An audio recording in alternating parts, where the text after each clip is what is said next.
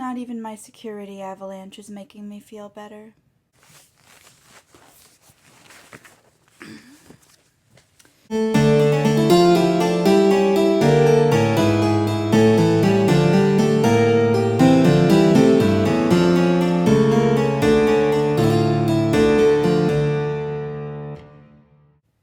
Hello, friends and enemies. Welcome to Horror and Inconvenience, where things are usually spooky and always weird. I'm very tired. Are you very tired? It, has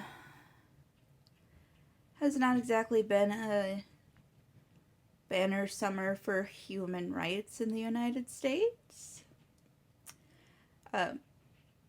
There's like a 99.9% chance that everybody watching this is aware of what's going on, even if you don't live in the United States.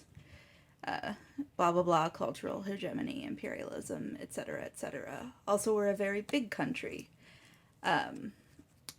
So y'all probably know that our right to abortion got struck down here, and that this is probably going to lead almost directly to striking down decisions that protect gay marriage, protect birth control access, and possibly even the decision that struck down sodomy laws in the United States.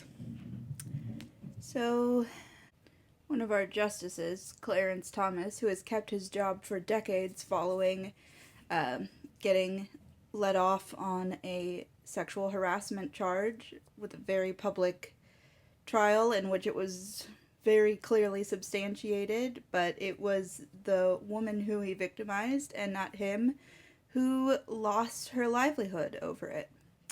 And has since married a woman who was involved in the attempted insurrection at our Capitol on January 6th, when our authoritarian leader and his cronies attempted to overthrow the government. What was I talking about?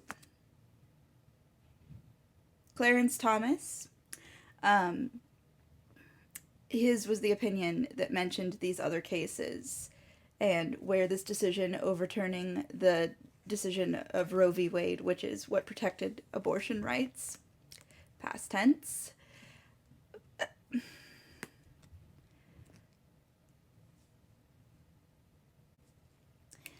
Anyway,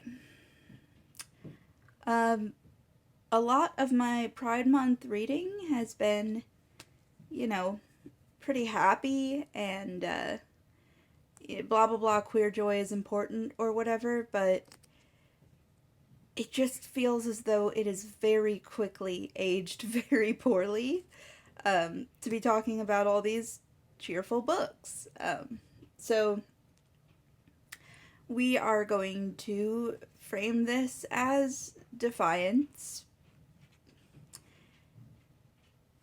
And I did read Manhunt by Gretchen Felker-Martin, which is an appropriately rage-filled pick. So we'll go ahead and save that for last, and I'll do a mini review of that on here.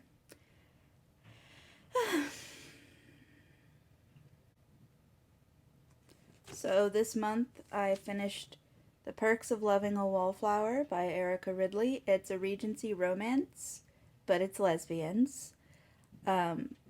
It's about a genderqueer mistress of disguise who falls in love with a bookish wallflower as they hatch a plot to reveal the true authorship of a cipher written by one of their female friends, whose uncle took credit for it and is about to get a peerage over it.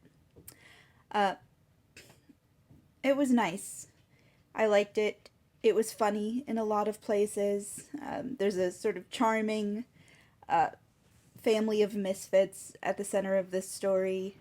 And while most of the novels in this series look like they're going to be about straight couples, if she writes more of them about queer characters, I'll read them. Romance genre tropes are hit or miss for me. So I would say my experience of this book was middling, but if you like romance as a genre, then there's a lot to entertain here. I think it's well worth reading if you're into that. Uh, but it's hard for me to think about something that nice right now.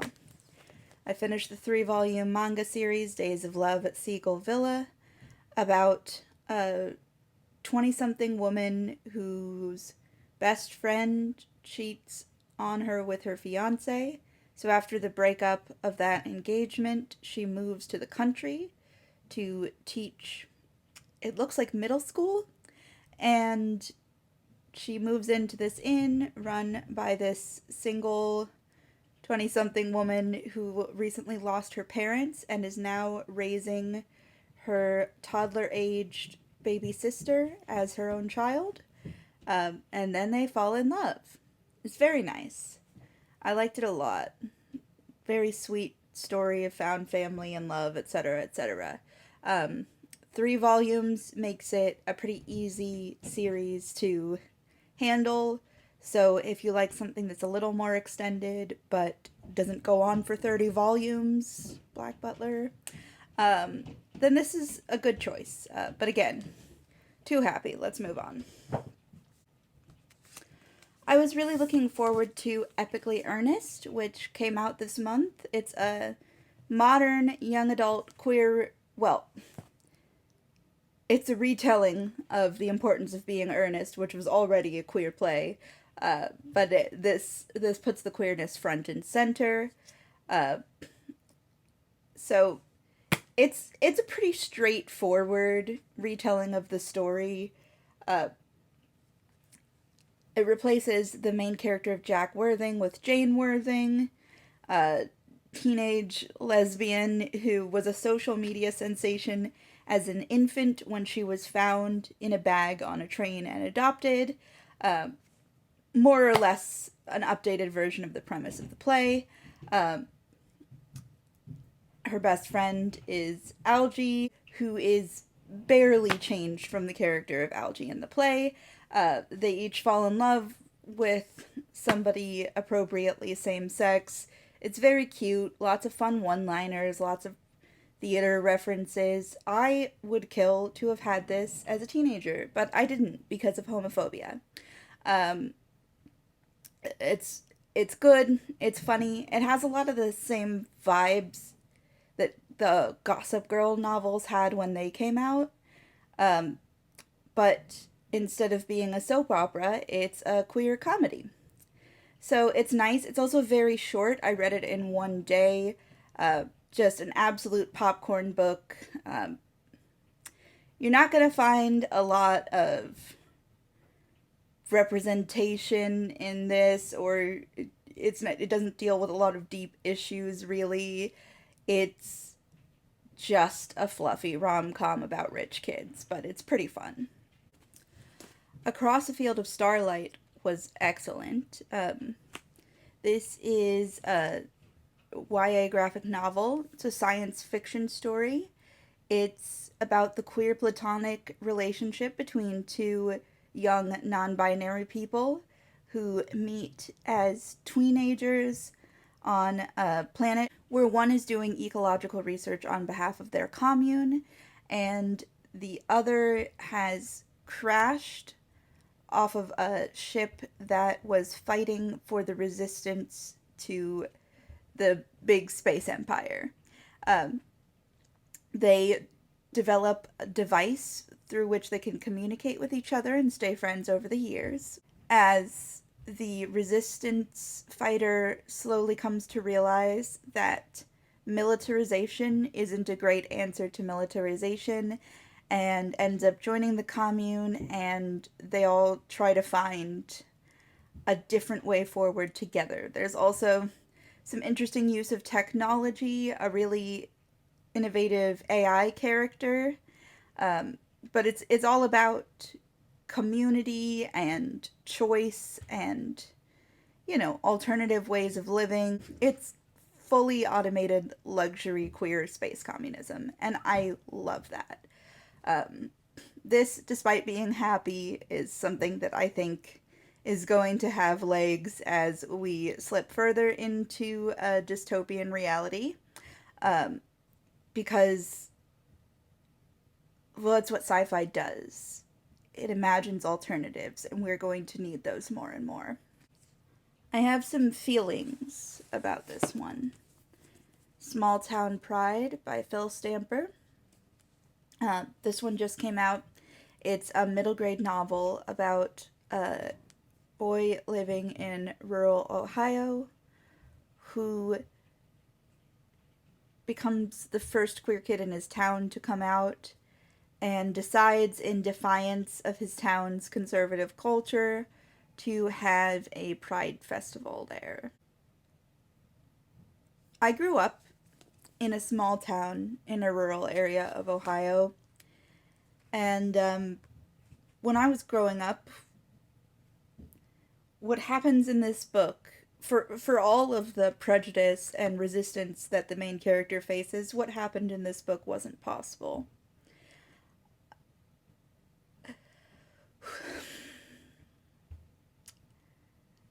But this is about a queer kid who triumphs, and through his own courage and the support of his family and friends, is able to push his town forward by deciding that rather than giving up and just deciding to leave when he grows up, he is going to make the town a place he can live in. Now, like I said, this wasn't possible when I was growing up, and very shortly it's not going to be possible anymore. This novel, I don't know, I feel like this sort of thing is going to stand as a flashpoint in our culture, looking back at what we had for a moment.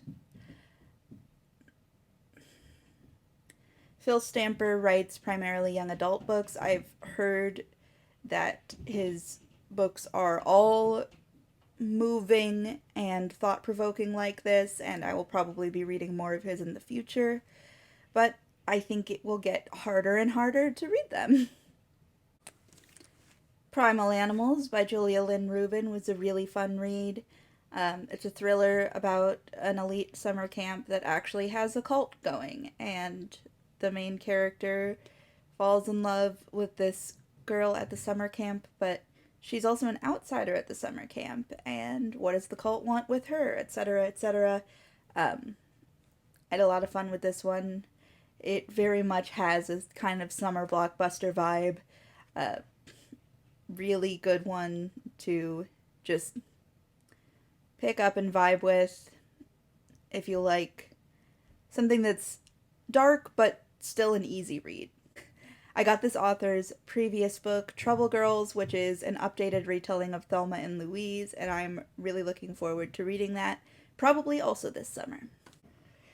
I listened to the audio of David Sedaris' latest, Happy Go Lucky.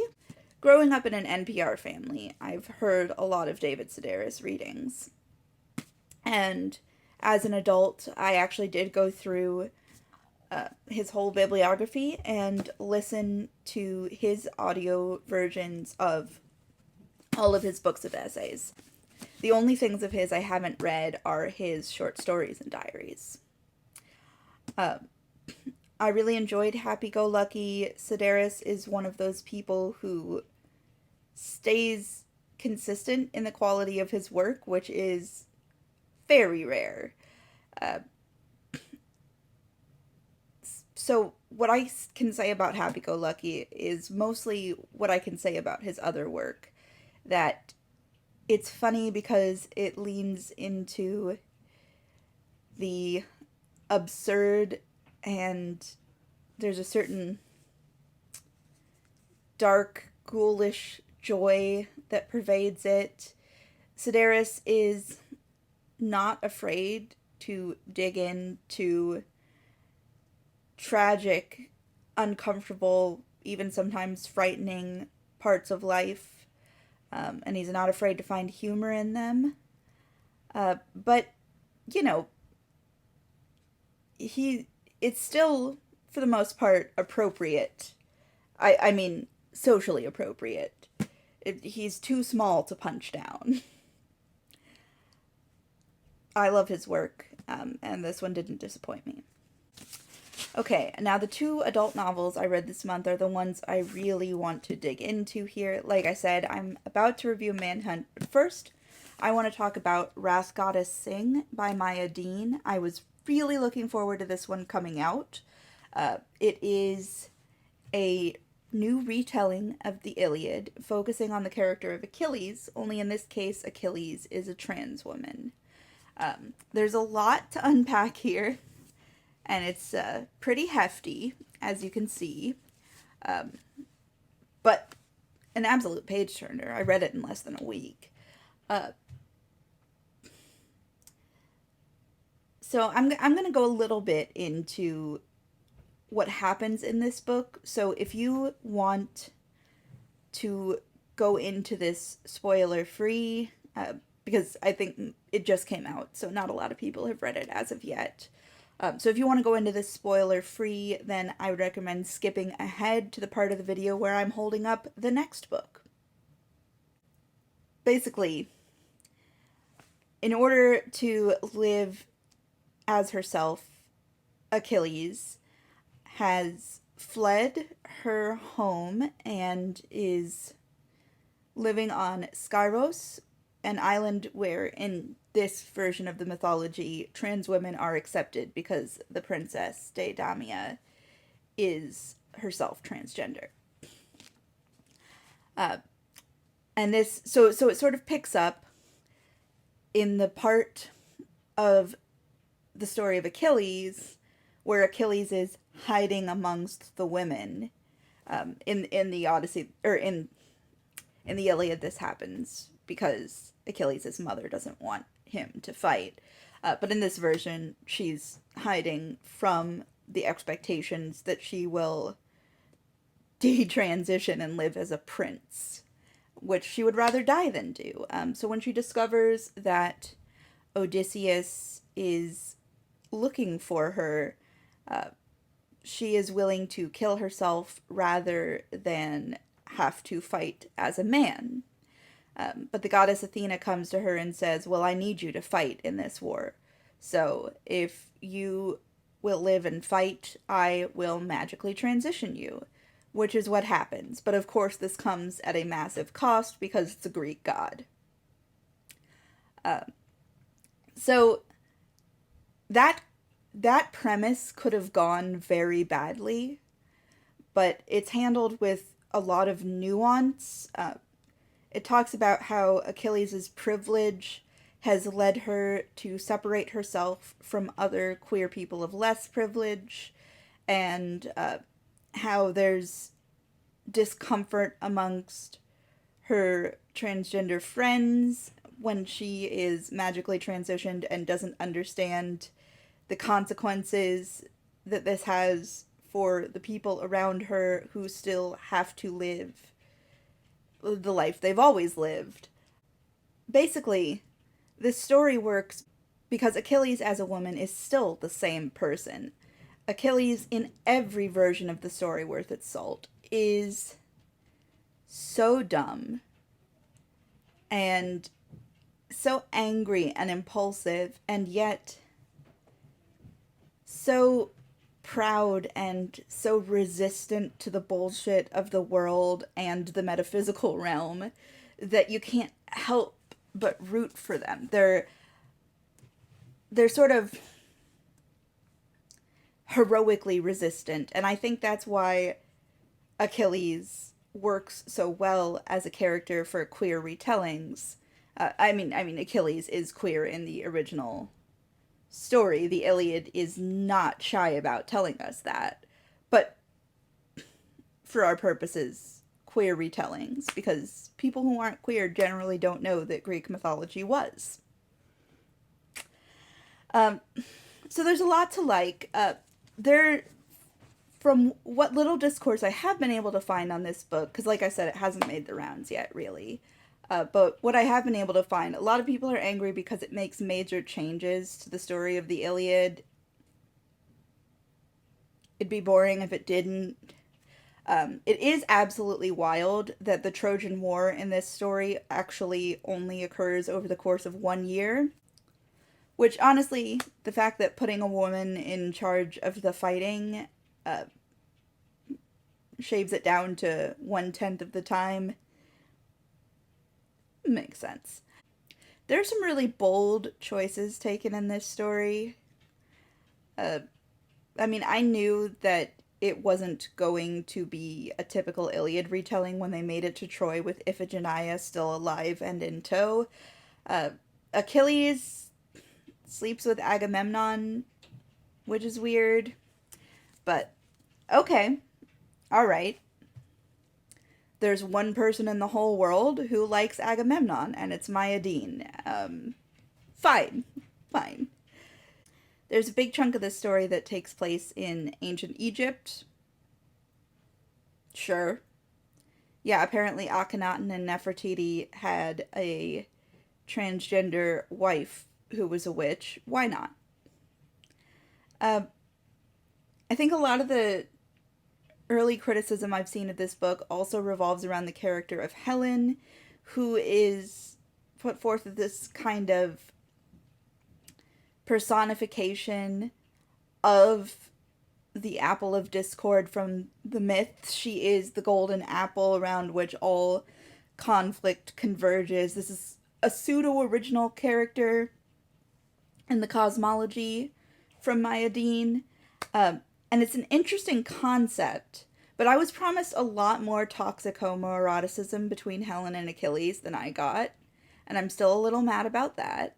And well, no one ever gets Helen right, do they? And I can't fault Maya Deane for trying something new, because the only way we're ever going to figure out Helen is if we keep trying stuff, right?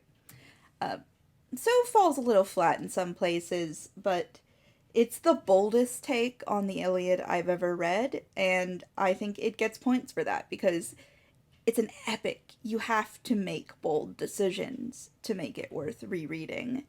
And ultimately, I thought there was a lot to love about this book. It was a very powerful, angry. Really, what it is, it's a queer woman's power fantasy. And what's not to love about that? So you make a few mistakes, but if you make us the power fantasy that we deserve, that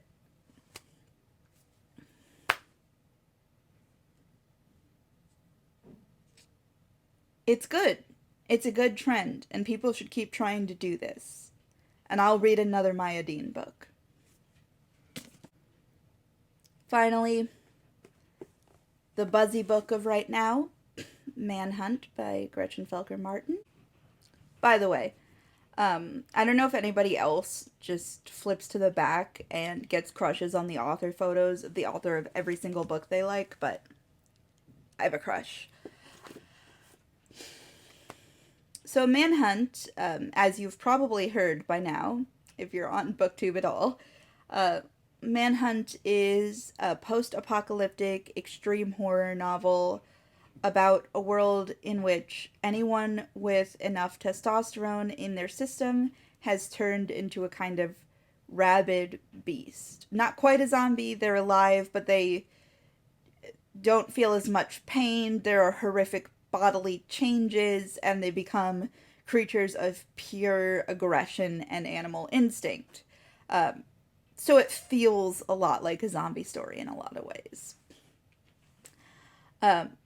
So this applies primarily to cis men, to trans women who aren't on HRT at the time that the change takes place, and to trans men who are on HRT at the time the change takes place. Which means trans women on HRT and trans men who are off HRT do survive the initial change. But the world is primarily made up of cis women. So it's about our main characters, two trans women and a trans man, as they try to navigate this world, fighting these horrific beasts that used to be men, and trying to survive in a world run by cis women with an ever-encroaching fascist contingent of militarized TERFs who are trying to genocide trans people. You know, like they're doing now, but more directly.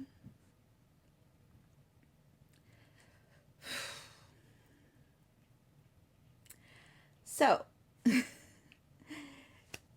there there's a lot of heavy stuff in here. But it's written with verve, I guess is the way to put it. It has a lot of the same energy that you might expect from extreme horror, or even to some degree bizarro. A lot of action movie vibes as well. Um, but it dives into all of the different intersections of trauma that come with trying to exist as a trans woman in our society, because of course post-apocalyptic stories are all about holding up a mirror to the basic elements of our society. So the trans women are dealing with internalized misogyny, internalized trans misogyny, and then also they're both white women. There's also a major character who is an Indian American woman, and who is also fat and queer, and so we've got the internalized racism and fat phobia in play. It's dark. So they're dealing with all of that internally, as well as the depression and loneliness and fear and trauma of living in this post-apocalyptic world.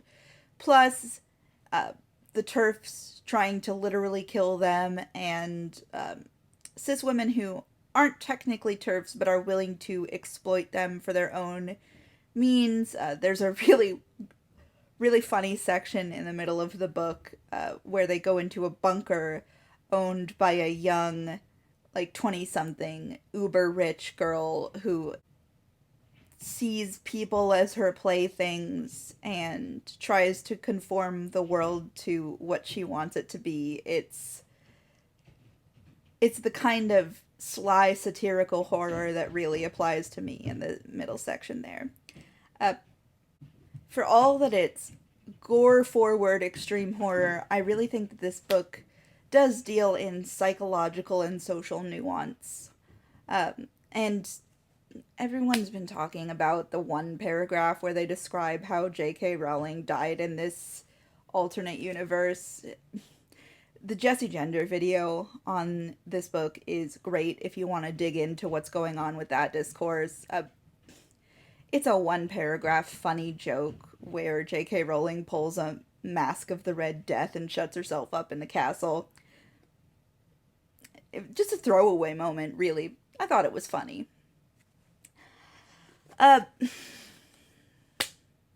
It's dark.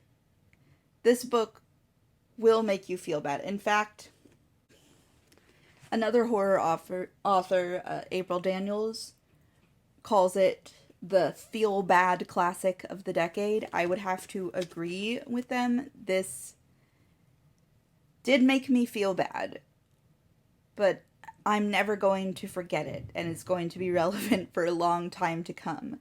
I think this is an important book, and I think it's a great mix of gravity and schlock. I guess my one note is on the writing style. I think Felker-Martin over-describes a lot of things, and her editor needed a little bit of a stronger touch.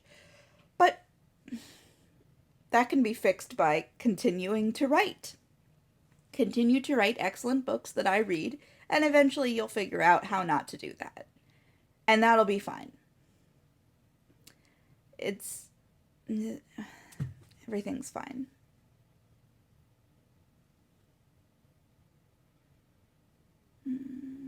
Pride Month.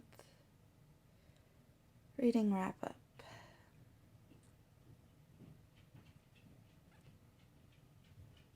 It's Wrath Month now.